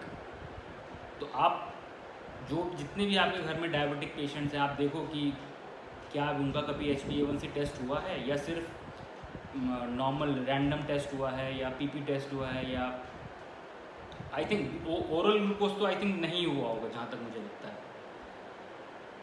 Now moving on, urine test होता है कि यूरिन में ऐसा तो नहीं कि शुगर पास हो रही हो, शुगर में ग्लूकोज आती है तो डॉक्टर थोड़ा चौंक जाते हैं ऐसा क्यों हो रहा है। तो रूटीन यूरिन टेस्ट भी हो सकते हैं, कुछ एडवांस टेस्ट भी होते हैं। जैसे मैंने आपको बताया कि इंसुलिन टेस्ट की कोई बात ही नहीं करता, ख़राब इंसुलिन हो रहा है, इंसुलिन के सेल्स डैमेज हो रहे हैं पेनक्रियाज के, हम इंसुलिन का टेस्ट क्यों नहीं कर रहे। और मैं आपसे बार बार बोल रहा हूँ कि डायबिटीज़ में, टाइप 2 डायबिटीज़ में हो सकता है इंसुलिन ज़्यादा काम कर रहा हो लेकिन इंसुलिन के टेस्ट नहीं होते हैं। Ask doctor why. C peptide test होता है, अगेन एडवांस टेस्ट है जो हम लोग शायद नहीं कराते। शायद आपको एंड्रोक्रिनोलॉजिस्ट या जो आपका डॉक्टर है शायद आपको बोले लेके जाओ उसके पास, सर ये क्यों नहीं करना अपने को, सिर्फ नॉर्मल वाले क्यों करना है। अफोर्डेबिलिटी इशू नहीं है सिर्फ कि 40-50 रुपये वाला टेस्ट कर लो। अगर क्योर होना है तो money doesn't matter. I hope all this is making sense. अब बहुत ही इम्पोर्टेंट सेक्शन पे हम लोग जा रहे हैं। It's 53, okay fine. Now the section that comes now is the complications. Diabetes के कॉम्प्लिकेशंस क्या हैं? सिर्फ ब्लड में शुगर आ जाना, यूरिन में शुगर आ जाना, ये कुछ ज़्यादा हिलाता नहीं है अपने को, लेकिन जब आपको इसके मैं आपको बताऊंगा कि ये हमारे ईच एंड एवरी ऑर्गन को किस तरह से डैमेज कर रहा है, then you will get little scared. Little you will get more than scared. तो सबसे पहली कॉम्प्लिकेशन जो अनकंट्रोल्ड डायबिटीज़ की आती है, मीन्स जिसमें डायबिटीज़ कंट्रोल नहीं है, वो आती है डायबिटिक कीटो एसिडोसिस। देखो I like to go into detailing, तो हो सकता है थोड़ी डिटेलिंग में जाने से आपका फोकस इधर उधर हो जाता हो, तो प्लीज़ हैव पेशेंस। मैं चाहता हूँ कि आप सेशन को एंड तक ज़रूर सुनें। ऊपरी ऊपरी बातें तो हमें हर जगह सुनने को मिल जाती है, लेकिन डिटेलिंग नहीं मिलती है। तो डिटेलिंग नहीं मिलती है तो हमारा मन नहीं मानता, एटलीस्ट मेरा नहीं मानता। फाइन। तो डायबिटिक कीटो एसिडोसिस क्या है? ये कंडीशन तब आती है जब हमारी शुगर बहुत लंबे टाइम के लिए अनकंट्रोल्ड रहती है, मीन्स ऊपर रहती है। अब ये सीरियस लाइफ थ्रेटनिंग कंडीशन है। इसके अंदर होता क्या है कि आप कुछ भी खा रहे हो, बॉडी कार्बोहाइड्रेट्स खा रहे हो, कुछ भी से मेरा मतलब है कार्बोहाइड्रेट्स। तो कार्बोहाइड्रेट्स ब्रेक डाउन के बाद ग्लूकोज है, ग्लूकोज ब्लड में आ गया, लेकिन ब्लड में से ग्लूकोज निकालने वाला काम जो इंसुलिन कर रहा था वो बॉडी में है ही नहीं। तो आपकी बॉडी में ग्लूकोज जमे जा रहा है, उसका यूज़ कुछ नहीं हो रहा है। लेकिन आपकी बॉडी के सेल्स बोल रहे हैं कि भाई हमें भूख लगी है, हमें ग्लूकोज चाहिए, लेकिन इंसुलिन तो है ही नहीं। जब इंसुलिन नहीं है तो सेल्स तक ग्लूकोज जा ही नहीं सकता। हमारा ब्रेन कंपनसेट करने की कोशिश करता है। वो क्या करता है, अरे अगर इस सोर्स से खाना नहीं मिल रहा है तो आप बॉडीज़ में प्रोटीन को तोड़ो, मसल्स को तोड़ो, बॉडी पे फैट को तोड़ो, किसी भी तरीके से ग्लूकोज बनाओ, जिंदा रखना है आदमी को। ये हमारा दिमाग काम करता है इस तरीके से। तो वो क्या करता है कि फैट को ब्रेक डाउन करके कीटोन्स बनते हैं, प्रोटीन जब टूटता है तो अमीनो एसिड्स बनते हैं। लेकिन eight the end of the day क्या होता है, एक तरह का बॉडी में एसिड जमता चला जाता है, जिसमें ग्लूकोज भी बहुत है हमारे ब्लड के अंदर, कीटोन्स भी आ गए, अमीनो एसिड्स भी आ गए, लेकिन अल्टीमेटली उनका यूज़ कुछ नहीं हो रहा है।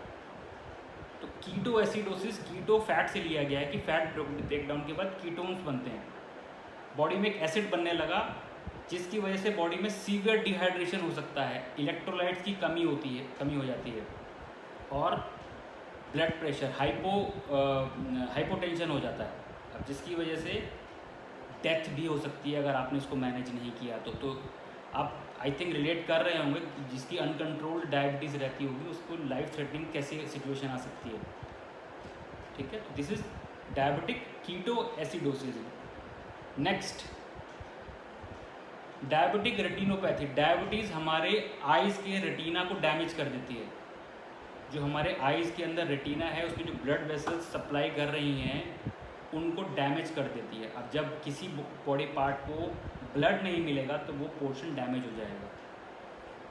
सो डायबिटीज़ की वजह से हम टोटल ब्लाइंडनेस की तरफ भी जा सकते हैं, बिल्कुल 100% ब्लाइंडनेस भी हो सकती है डायबिटीज़ की वजह से। Third, diabetic neuropathy. Diabetic neuropathy means related to neurons. हमारे ब्रेन से जो हमारा सिग्नलिंग सिस्टम काम करता है, हम गर्म चीज़ को छूते हैं तो हमें हमारे ब्रेन को सिग्नल जाता है कि नहीं हाथ हटाओ, कोई ठंडी चीज़ को हाथ लगाते हैं तो हमें कहता है कि नहीं ये ठंडा है। ये जो सेंसेशन वाली फीलिंग आती है वो फीलिंग हमको आती है हमारे ब्रेन से। ब्रेन को कम्युनिकेट कैसे करते हैं, मोटर न्यूरॉन्स और सेंसरी न्यूरॉन्स। न्यूरॉन्स एक सिस्टम है, एक कैरियर है जो जाता है और वापस आके बताता है। ठीक, तो जब हमारी बॉडी में अनकंट्रोल्ड डायबिटीज़ रहती है तो हमारा ये सिस्टम भी कोलैप्स करने लगता है, means something related to our brain. ये सिस्टम जो ब्रेन के साथ कम्युनिकेशन है वो ड्रॉप करने लगता है। कैसे? बॉडी में ग्लूकोज अंतहीन घूम रहा है, लेकिन बॉडी बहुत स्मार्ट होती है, उसे किसी न किसी तरह मेटाबोलाइज करना है, यूज़ करना है। तो बॉडी एक मेटाबॉलिक पाथवे के थ्रू एक चीज़ बनाती है जिसे हम बोलते हैं सॉर्बिटोल। सॉर्बिटोल एक तरह का टॉक्सिन है बॉडी के लिए। अब जब बॉडी में सॉर्बिटोल बनता है तो वो बॉडी की नर्व्स को डैमेज करता है। तो आप समझ रहे हो, हमारी मोटर नर्व्स या सेंसरी नर्व्स डैमेज हो जाती हैं। फॉर एग्जांपल, एक डायबिटिक पेशेंट है, वो पार्क में टहल रहे थे और नीचे से एक नेल उनके पाँव में लग गया, या कोई कील चुभ गई, या कोई ऐसी चीज़ चुभ गई जिसने हर्ट किया उनको। तो हो सकता है उन पेशेंट को पता ही ना चले कि कुछ ऐसा हुआ भी है पैर में, या उनको चोट लगी भी है, या खून भी निकल रहा है। और वो लोग क्या सोचेंगे, वो लोग चलते जाएंगे, उन्हें पता ही नहीं लगेगा ऐसा कुछ हुआ है। और वो ये भी समझेंगे यार दर्द तो हो नहीं रहा, हो सकता है नॉर्मल सी चीज़ अपने आप ठीक हो जाए। लेकिन दैट इज़, उनको दर्द इसलिए फील नहीं हो रहा है क्योंकि जो उनका नर्व सिस्टम था, जो नर्व कैरिंग सिग्नलिंग सिस्टम था, वो डैमेज हुआ है। इसलिए ऐसे पेशेंट्स का बहुत ध्यान रखा जाता है कि वो डायबिटिक पेशेंट शूज़ पहन के रखें, उनको चोट ना लगे। क्यों, अगर चोट लग भी जाएगी तो उन्हें पता नहीं लगेगा और इन्फेक्शन होने का डर है सबसे बड़ी बात। तो आप समझ रहे हो कि हमारा सेंसरी सिस्टम डैमेज हो जाता है, डैमेज होने लगता है, which ultimately leads to memory loss also. वो भी इंटरकनेक्टेड है आगे जाके। Okay, now moving to again, हमने आँख की बात कर ली, हम लोगों ने ब्रेन रिलेटेड न्यूरॉन्स की बात कर ली। अब हम बात कर रहे हैं अपनी किडनी की। How diabetes damages your kidney. Okay, ज़्यादा क्वांटिटी में शुगर खाने से हमारी बॉडी, हमारी किडनी में एक चीज़ होती है ग्लोमेरुलाई, जो डैमेज होने लगता है, जो हार्डन्ड होने लगता है ज़्यादा क्वांटिटी में शुगर खाने के बाद। अब उससे क्या होता है, अगेन किडनी का काम है ब्लड को फिल्टर करना। मीन्स जो टॉक्सिन्स हैं, जो अननेसेसरी चीज़ें यूरिन के थ्रू पास होती हैं और बाकी सब चीज़ें यूरिन में बनी रहती हैं, ब्लड में बनी रहती हैं। लेकिन जब किडनी डिजीज़ हो जाता है, जिसे हम क्रोनिक किडनी डिजीज़ ही बोलते हैं, तो उस केस में प्रोटीन्स बाहर जाने लगते हैं ब्लड यूरिन में, और क्रेटिनाइन ब्लड में रह जाता है। मीन्स जो चीज़ बाहर जानी चाहिए वो ब्लड में है, और जो चीज़ ब्लड में रहनी चाहिए वो चीज़ यूरिन में जा रही है। तो means kidney function gets to start getting functioning in a different direction, मतलब अलग ही काम करने लगता है वो। तो आप सोचो, किडनी जैसा फंक्शन खराब होने लगे। आई थिंक मैं ऐसे बहुत लोगों को जानता हूँ जिनका किडनी फंक्शन इम्पेयर्ड हुआ है डायबिटीज़ में रहने के बाद। और हम लोग क्या सोच रहे हैं, हम लोग ये सोच रहे हैं कि एजिंग का पार्ट है, एज के साथ साथ सारे ऑर्गन्स कम काम करते ही। तो ऐसा बिल्कुल भी नहीं है। It was at first place, it was diabetes that triggered this. Diabetes ने वो ट्रिगर किया, वो शुगर जो शायद कम क्वांटिटी में खानी चाहिए थी वो हमने ज़्यादा खाई, और उस पॉइजन को हमने अलग अलग बॉडी पार्ट्स में भेजा। रेटिना खराब हुआ, हमारा लिवर में भी फ़र्क पड़ता है, हम उसको डिस्कस नहीं कर रहे हैं इसमें। हमारी किडनीज़ पे फ़र्क पड़ता है, हमारे ब्रेन पे फ़र्क पड़ता है। देन रिकरेंट इन्फेक्शंस, आपको पता है कि बहुत सारे बैक्टीरिया और वायरसेस किस पे फीड करते हैं, क्या खाने को चाहिए उनको, क्या खाने में अच्छा लगता है उनको, खाने में अच्छा लगता है मीठा, sugar.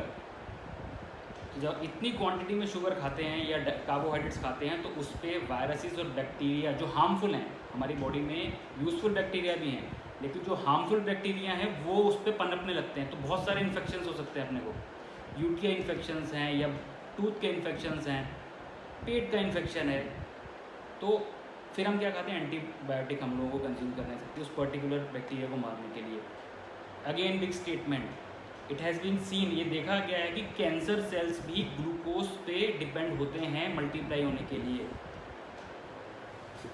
Strange, yes.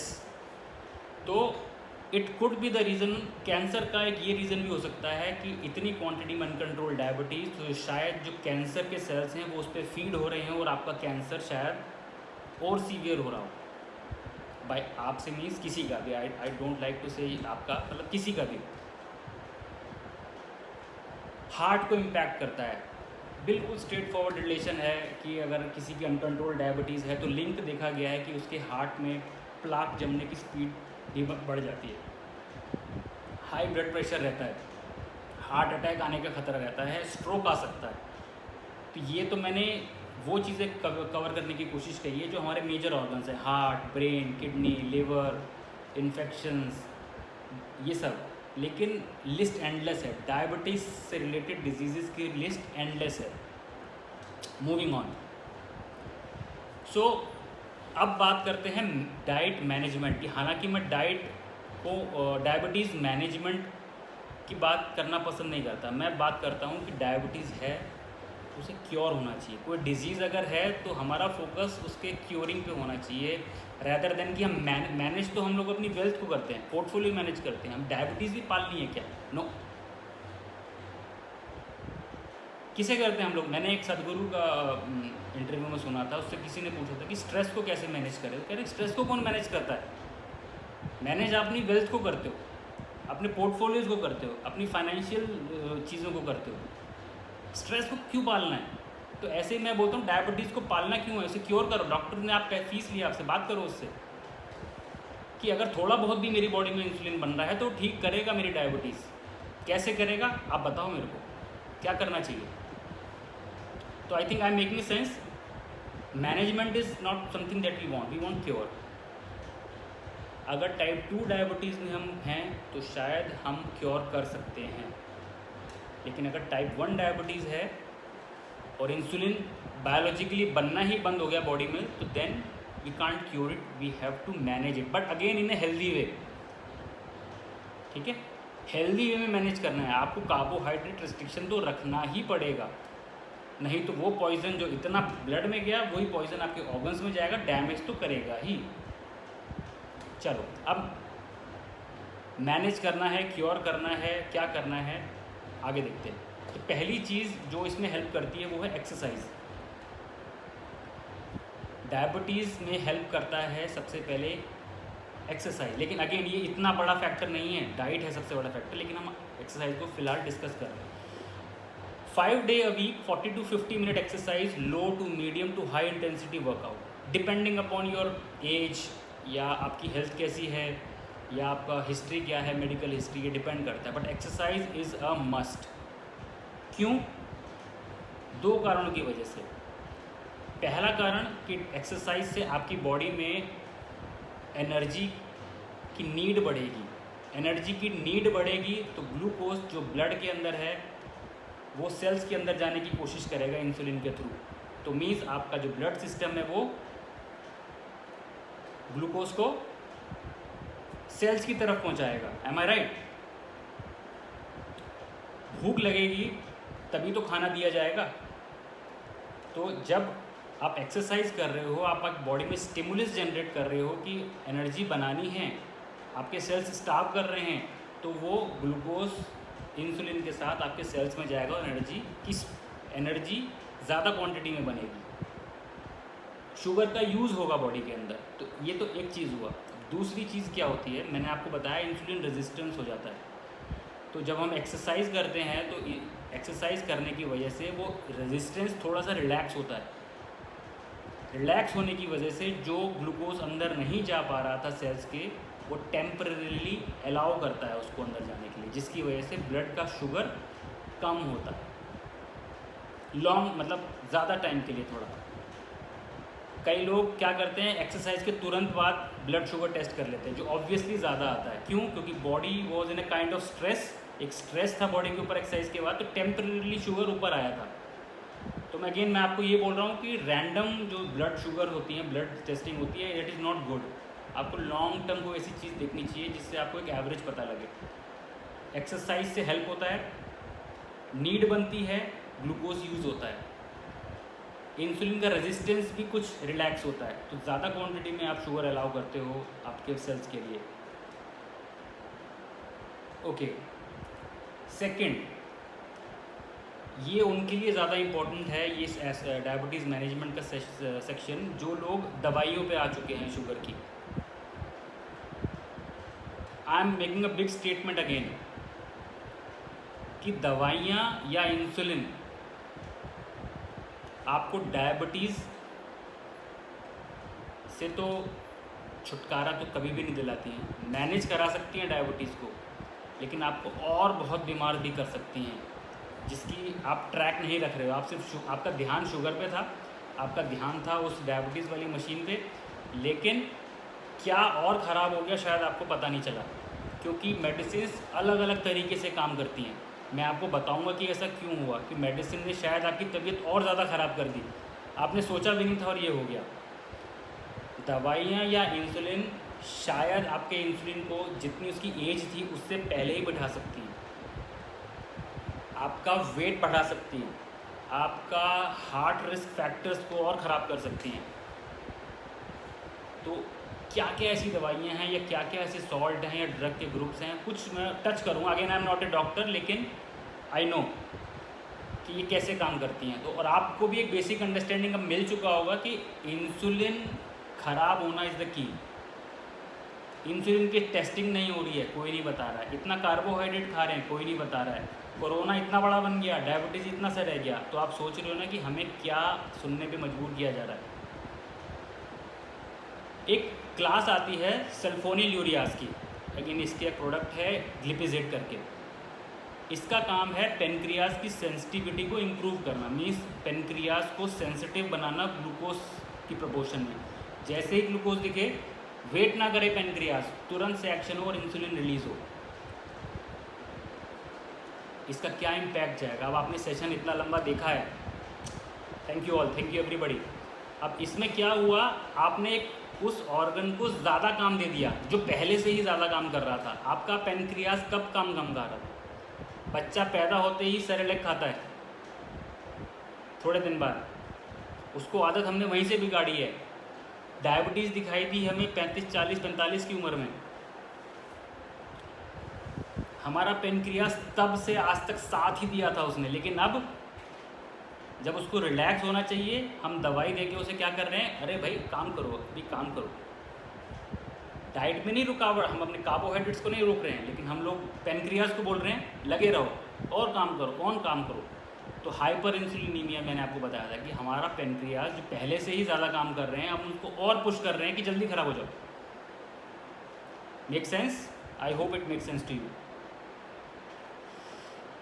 Then comes meglitinides. अब इसमें एक रिपाग्लिनाइड करके एक आती है, ब्रांड नेम के अंदर आती है। उसका काम भी क्या है, स्टिमुलेट करना एक तरीके से। वही जो वो सेंसिटिविटी इंप्रूव कर रहा था, ये स्टिमुलेट कर रहा है, ये एड ऑन प्रेशर है उसके ऊपर पेनक्रियास पे कि ग्लूकोज के प्रति थोड़ा जागरूक हो जाओ, ज़्यादा क्वांटिटी में ब्लड में आओ। आपका वही चीज़, आपकी जो दवाइयाँ हैं शायद आपके सिस्टम को और जल्दी बैठा रही हैं, और हम सोच रहे हैं कि हम मैनेज कर रहे हैं, we are managing everything quite well. दवाई भी सही टाइम पे लेते हैं, इंसुलिन भी सही टाइम पे लेते हैं, और सब कुछ ठीक चल रहा है।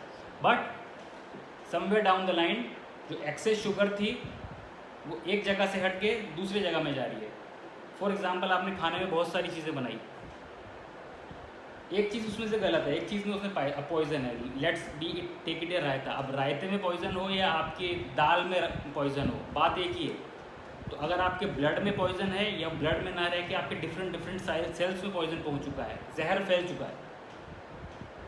और सबसे बड़ी बात, जो उसको मैनेज करने वाला इंसुलिन था उसको भी ज़्यादा प्रेशर दिया जा रहा है कि भाई ब्लड में नहीं दिखनी चाहिए शुगर। आप क्या करते हो, डॉक्टर के पास जाके आप उसे सिर्फ रिपोर्ट दिखाते हो कि देखो मेरे ब्लड की नॉर्मल आ गई। डॉक्टर भी खुश, आप भी खुश। बट प्रॉब्लम क्या कि वो शुगर आपने पहुंचा कहाँ दी, अलग अलग टिश्यूज़ में, अदर ऑर्गन्स में, जहाँ उसकी शायद ज़रूरत पहले से ही नहीं थी, इंसुलिन रेजिस्टेंस पहले ही लगा हुआ था। खेल खत्म, राइट।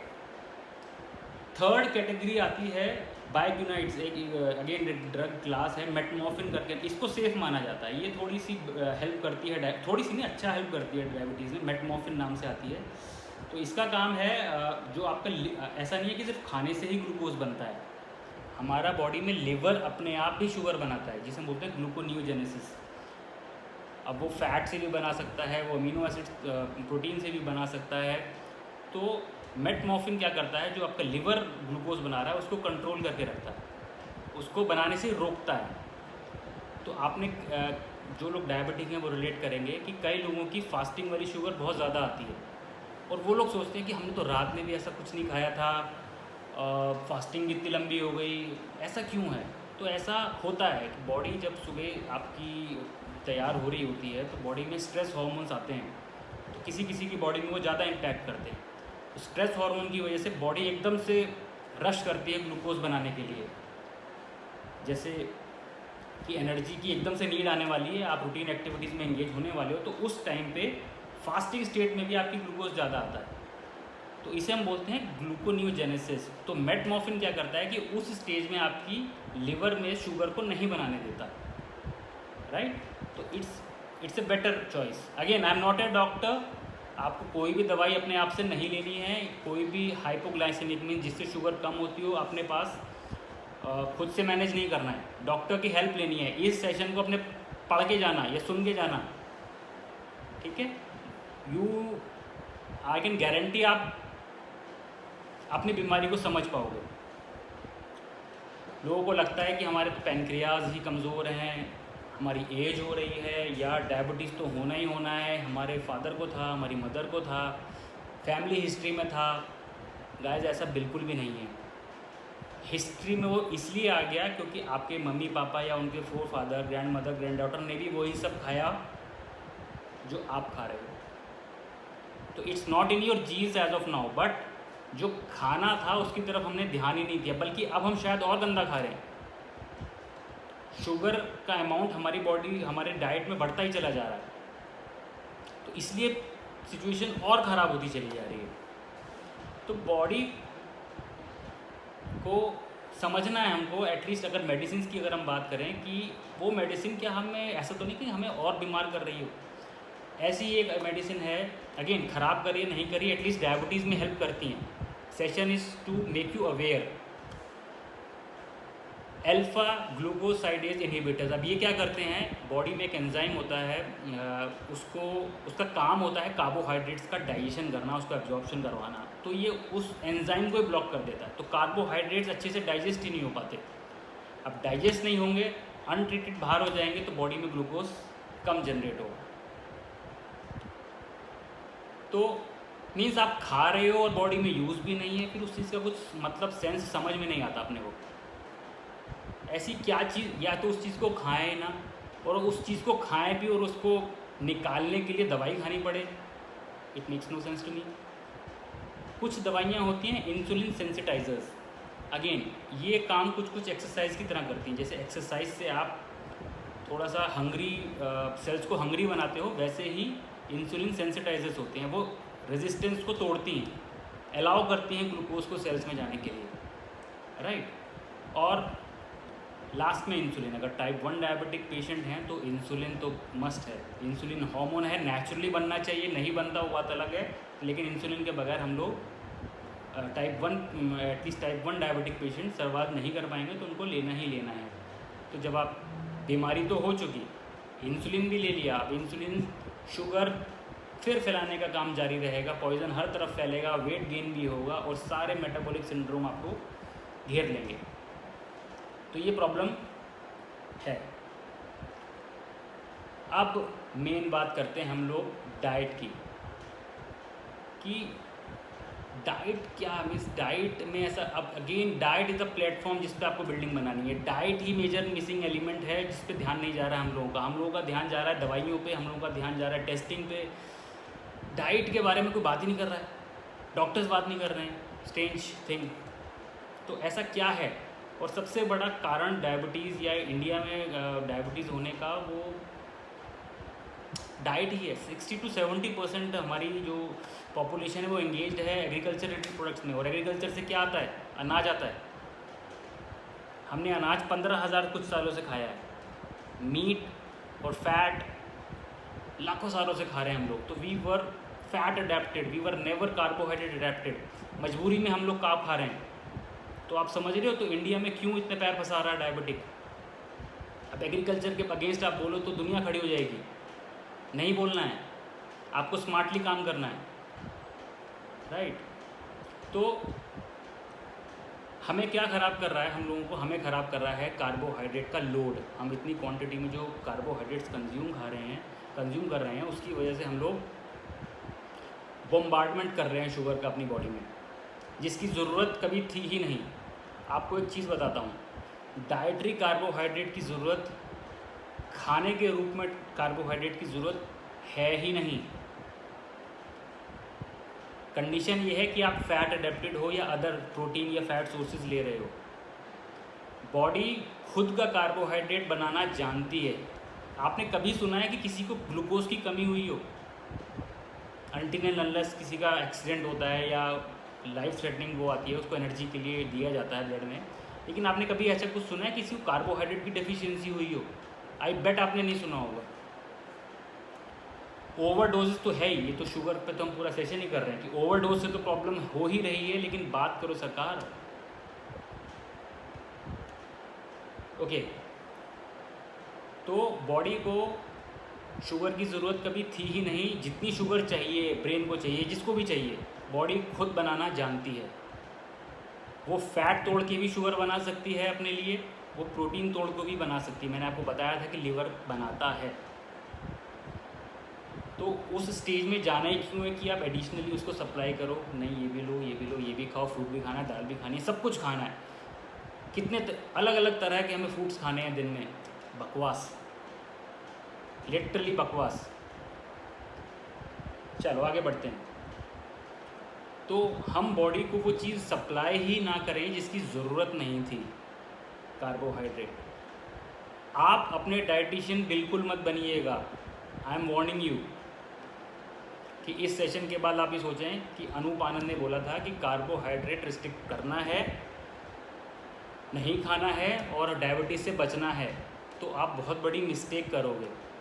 या तो आपको पता हो कि उसको किससे कंपनसेट करना है, देन आई कैन अंडरस्टैंड। अगर आपको ये नहीं पता उसको कार्बोहाइड्रेट की कैलोरीज को किससे कंपनसेट करना है, then you are going in the wrong direction. जब हम कार्बोहाइड्रेट को रेस्ट्रिक्ट करते हैं तो हम फैट्स और प्रोटीन्स की कैलोरीज को बढ़ाते हैं, which is the more natural way of eating healthy lifestyle. But meat के नाम पे तो यहाँ लड़ाइयाँ होती हैं, पॉलिटिक्स होती है। एग्स खाओ तो आप अलग ही कैटेगरी में पहुँच जाते हो, आप तो नरभक्षी बन जाते हो, राइट। तो ये सब चीज़ें हैं। तो कार्ब्स की कैटेगरी को हटा के आपको अच्छे फैट्स और अच्छे प्रोटीन सोर्सेज से खाना पड़ता है। अगर आपको पता है, आपको कीटो डाइट या ऐसी कुछ डाइट के बारे में है आइडिया, तो ही आप कुछ ट्राई करना, अदरवाइज नो। आप हमसे बात करो, will help you out any time. Okay, तो the diet has to be strictly low carbohydrate.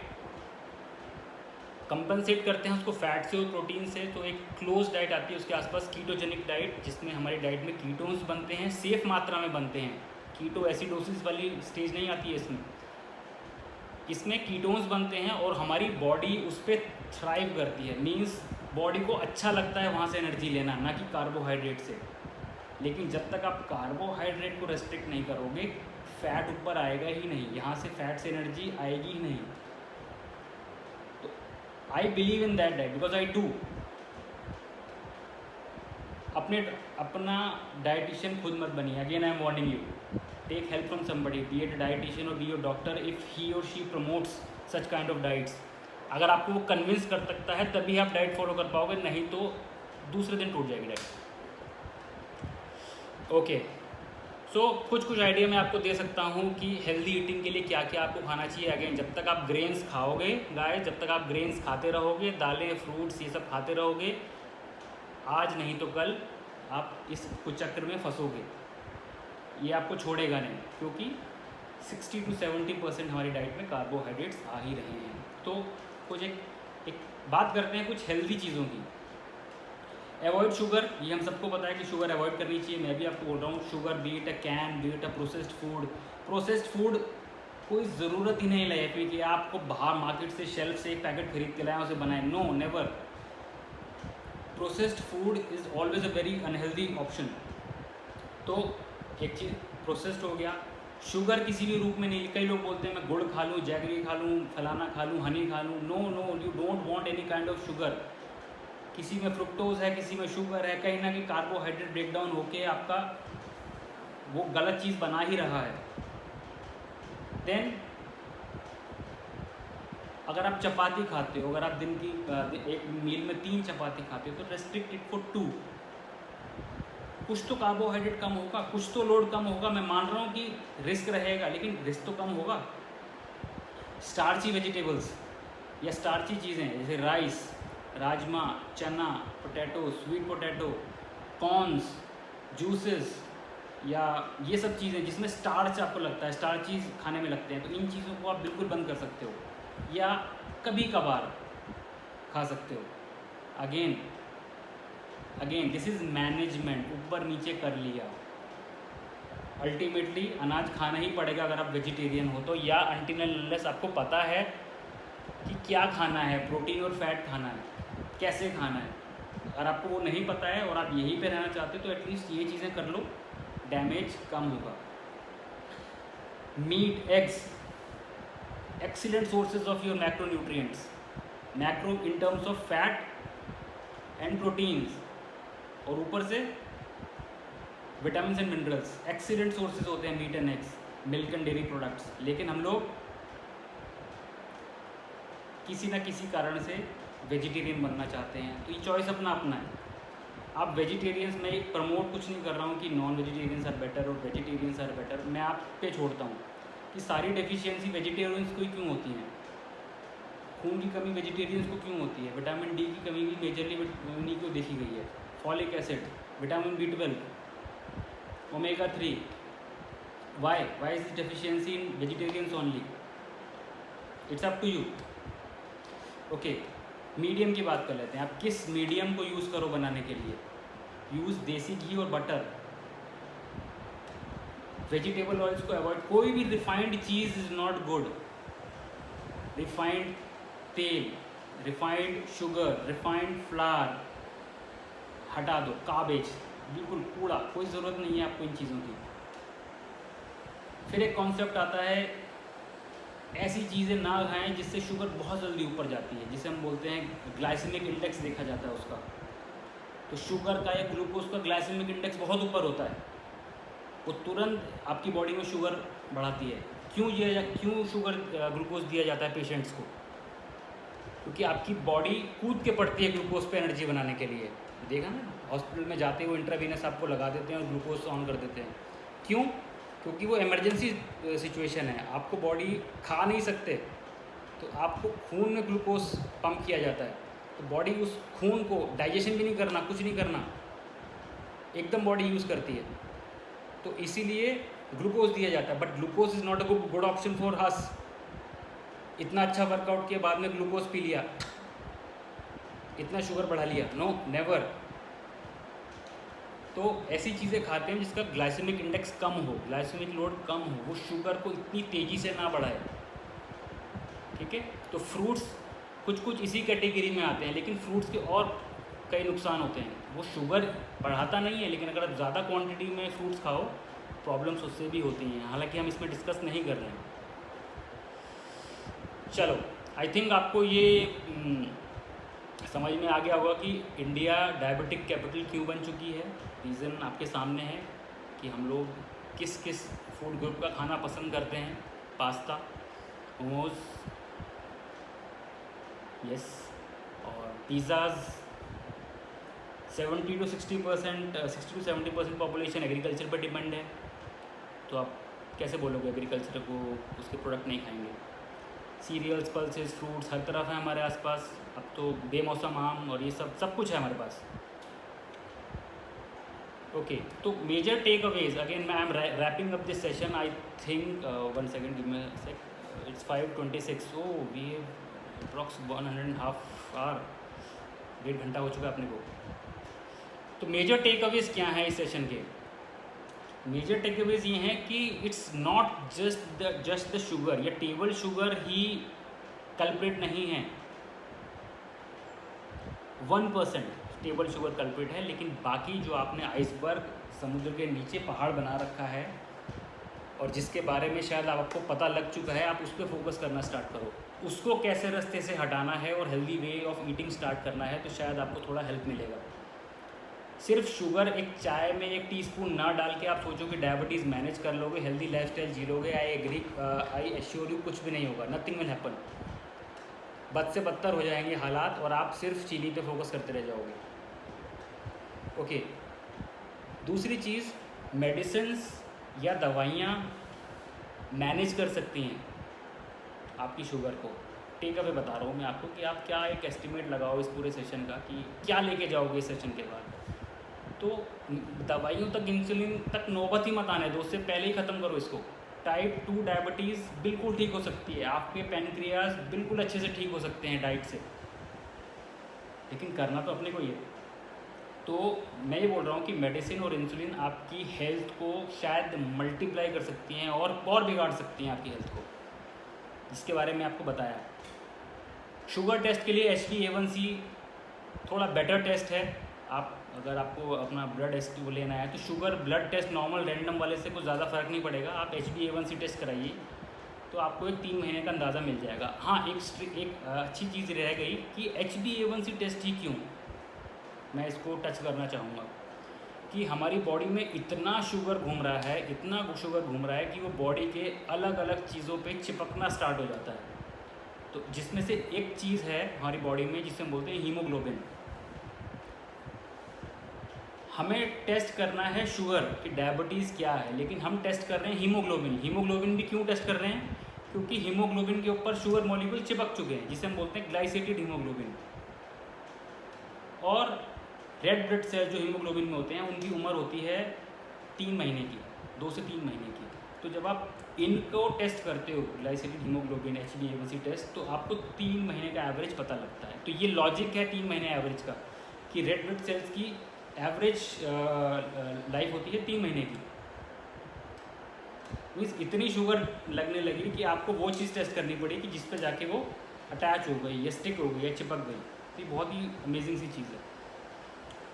And the fifth is, आपको क्योरिंग पे ध्यान देना है, मैनेजमेंट पे ध्यान नहीं देना है। आपको कोई बीमारी होती है तो आप उससे उबरना चाहते हो, आप उसे ख़त्म करना चाहते हो, आप पाल के चलोगे बीमारियों को, तो ये ठीक नहीं है, ये वेरी रॉन्ग। अगेन मैंने आपको एग्जांपल दिया सदगुरु का। स्ट्रेस को मैनेज कौन करता है? तो डायबिटीज़ को मैनेज क्यों करना है? आपको क्योर करना है। अपने आप को अवेयर करो और इस बारे में बात करो, डायबिटीज़ के बारे में। चलो, now we are ready for your question and answers. तो अगर आपके दिमाग में कोई थॉट आया है या इफ़ बट कुछ भी आपके दिमाग में आया तो this is the time we can take on those questions. I will try to give your answers.